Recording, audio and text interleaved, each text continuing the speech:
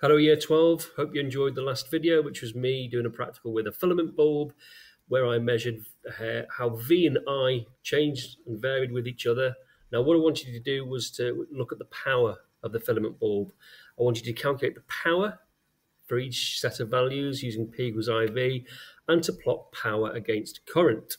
Right, now I didn't want you to do this with graph paper and a 30cm ruler. I wanted you to do this using this program called Desmos, this website, which I think is brilliant. I'm really starting to love this. The beauty of this program, rather than doing it by hand, is because we can do some mathematical modeling to find out the exact relationship between power and current, and the results I think you'll find are quite interesting. Anyway, let me just run through what I've just spent the last 30 minutes to an hour doing with Desmos. Anyway, right, this is where you should be at. I did get an email from someone, one of Year 12 students, asking, how do you draw a curve of best fit? You've done it with a straight line from a previous lesson, and it's pretty similar, but you have to suggest a function for the line of best fit, okay? And then you have to alter the values, the constants in that function to match the points. Now that's dead easy for a straight line because every single straight line is y equals mx plus c. But with a curve, it's slightly different. Right, let me just run you through what I've done. Now, here's the set of data here that I've keyed in. That's the data I recorded in the video. Now, this is an important bit at the bottom. Do we have a true origin? Right, that's really important. Now, yes, we do. In this case, if you have a filament bulb and the current flowing through it is 0, then it will be emitting 0 power. Okay, makes sense. It sounds obvious, but it's a very valid point to make. So the graph's definitely going to go through 0. Never make a graph plot through 0 because it looks like it should be doing that. Okay, always think, is the origin a true point? And it is in this case. Right. The data points look a bit bunched up, so this is how you spread them out. We go into this one here, which is the spanner settings. So we're going to go into settings. Now we can change, okay, the range on the y and x axis. Now if we have a look at the x axis, okay, there's 20, 5, 10, 15, 20. Doesn't go beyond 5. In fact, it just doesn't go beyond 4. So I reckon if we go up to 4 on the x-axis and 40 on the y-axis. So what we do, we go into here. Let's make that. Let's start from 0 and go up to 4 on the x-axis. Y-axis, let's start at 0 and go up to 40. It's as simple as that. Now that should give us a nice spread for our points. Now we can still zoom in and out, which is nice, but the axes are spread out nicely.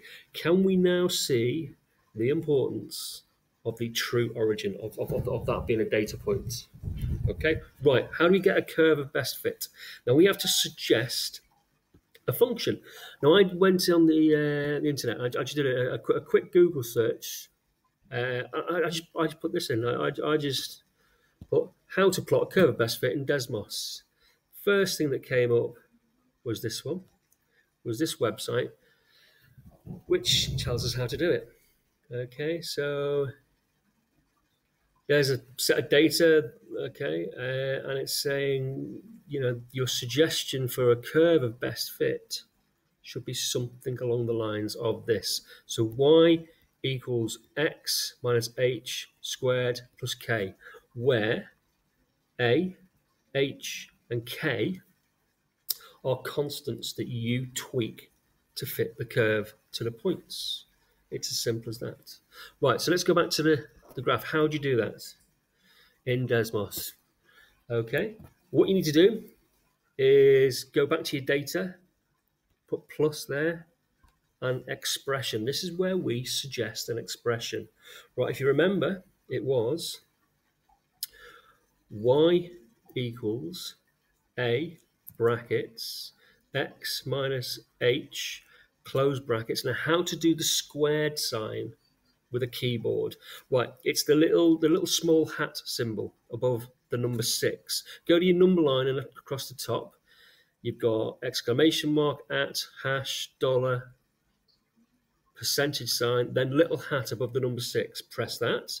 Little hat, 2, all squared. Space plus K, was it? It was K, wasn't it? Right, there you go. So that's now suggesting, okay, that's now suggesting, now we want sliders for all of them, don't we? Right, so there's our, can you see our blue curve of best fit, which it's now attempting to plot. Okay, right, obviously it's way off. Now, because it goes through the origin, it wouldn't be out of order to say that K is going to be 0. Okay? Now, what about H as well? The mathematicians amongst you might say, well, that looks pretty similar to y equals x squared. Okay? Looks pretty similar to y equals x squared. So let's have a go at making H 0 as well. Close, but it's this value of A, isn't it? Okay, this value of A, if we make it bigger, it makes it steeper. Can you see? We make the that constant bigger, but still, okay. It's not doing it, is it? Okay. Right. So let's go back to right. Now maybe it's not y equals x squared. It could be y equals x cubed. So let's have a go with that. Let's see what this does. Ooh, right, looks a bit closer, doesn't it? So we just need to tweak this number here. So let's have a go. If you make the number bigger, it makes it steeper, doesn't it? So let's go 1.2. Okay, not quite. Let's go 1.3. Now we're talking, aren't we? Let's go 1.4. Too far. So it's somewhere between 1.3 and 1.4. Okay, well, so 1.32. Almost spot on. What about 1.3? What about 1.4? Okay, we're starting to diverge a bit at the top end. Could be an anomaly. Might not be. So how about we settle for 1.33? That looks like a pretty accurate curve of best fit, doesn't it? Okay, all we've done here is tweak the values so that this A value is 1.33. We've identified the power to be cubed, and K and H are both 0. Now that's called mathematical modeling. We've come up with a suggested function, a suggested mathematical relationship between power and current for a filament bulb. Okay, where P equals 1.33 I cubed. That's pretty interesting, isn't it? Right, is there any theoretical foundation for that suggestion? Right, let's go back to our understanding of power, okay, and light bulbs. Right, let's just come back to this in a second. What is it? Does anyone know the equation? Can you remember the equation for power and current? Right, you should be thinking, well, P equals, well, it equals IV, but we can replace the V with IR. So P is I squared R.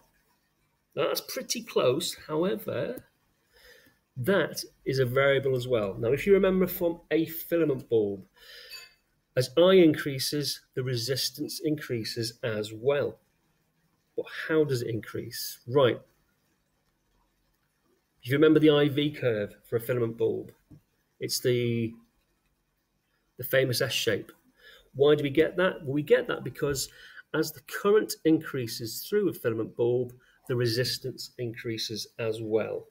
Now, this is the beauty of it. The resistance increases in a way that we can graph. Right, how does the resistance of a filament bulb change when the current is increased? You should remember that when we plotted a graph of resistance of a filament bulb against current, it actually gave us quite an interesting graph, didn't it? It actually gave us, okay, this was resistance in ohms against current in amps. This gave us a straight line. Okay, it wasn't directly proportional, but it was a straight line like that. It almost went to the origin, but there's a little y-intercept there. Now that y-intercept, if you remember, that was your room temperature resistance. That's the resistance of the light bulb at room temperature. Now, if you remember, that was quite a small value. That was only about 1 ohm. Okay, and then, as we saw, the resistance increased significantly as more current flowed through the filament bulb because it got hotter. Okay, now it wouldn't be crazy to think that there's the relationship between R and I would be something like this, wouldn't it?